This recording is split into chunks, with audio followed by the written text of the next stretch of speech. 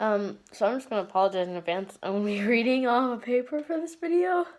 Um, it's just because I got a lot to say. Alright. I've seen a lot of public speakers in my short lifetime. I'm only 18 years old. Between the internet and school, every single one of them had a different background story, a different message to share. They all have different approaches to telling them as well. I have never taken a public speaking class, so this is kind of just a stab in the dark, but here it goes. I love to talk, especially about myself. It's a kind of a bad habit. I tend to overshare sometimes, but I guess it doesn't matter in this situation. It's time to just lay it all on the table. Let's start from the time I was 5 years old, specifically August of 2005. August 16th. I was on vacation with my parents. We had drove about 6 hours or so to Silverwood Theme Park in Idaho. We had just started to unpack when my dad got probably the worst phone call of his life. One of my 3 half-brothers, Ryan, who was 21 at the time, had committed suicide. How do you tell a 6-year-old that? You don't. I don't actually remember what age I found out exactly what happened. But eventually I did.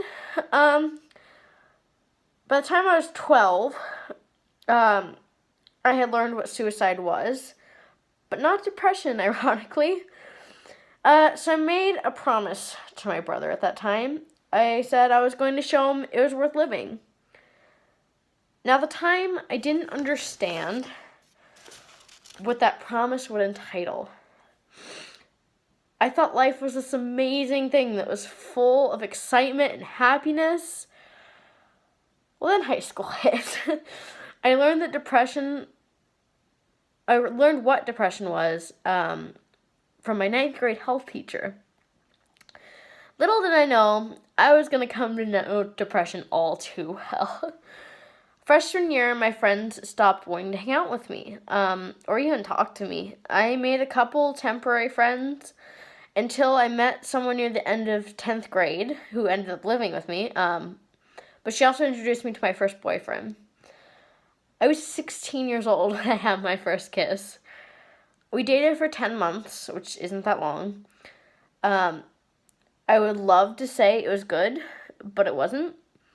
Depression hit me hard junior year, and that kind of ruined my relationship.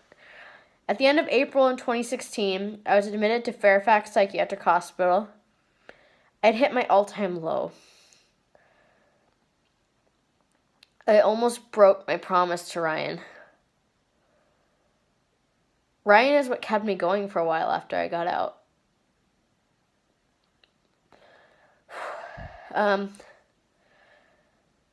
I did it, though. I finished high school, barely.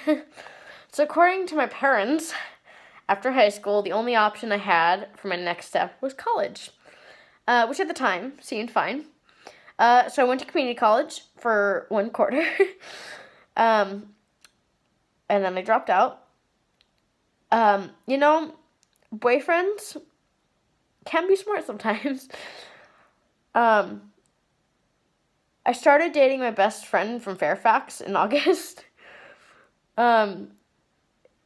He has given me a completely different perspective on life. So here it comes. What I want you to take away from this.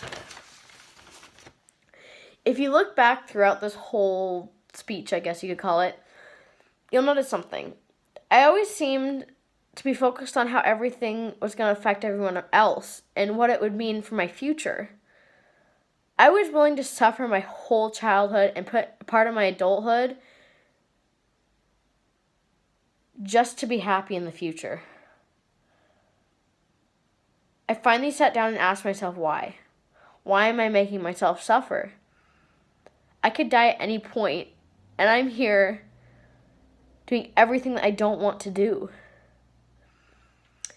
Bringing it back to my promise to Ryan. If you remember, I said I was going to show him life was worth it.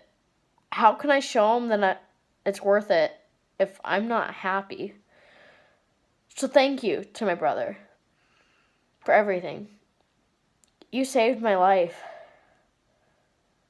I want to leave with some random things I've learned from everything I've been through. First, your parents do not have to tell you what your dreams are. Second, new things are terrifying. I'm scared of everything, but that doesn't give you an excuse to not try. And finally, the one thing I want people to remember from this, even if you zoned out the entire thing, don't be afraid to love with all your heart.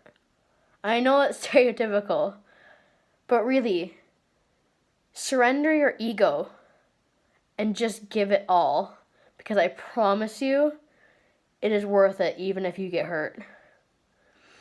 Thanks for listening. My life is far from perfect still, and it never will be. But I'm learning to be okay with that.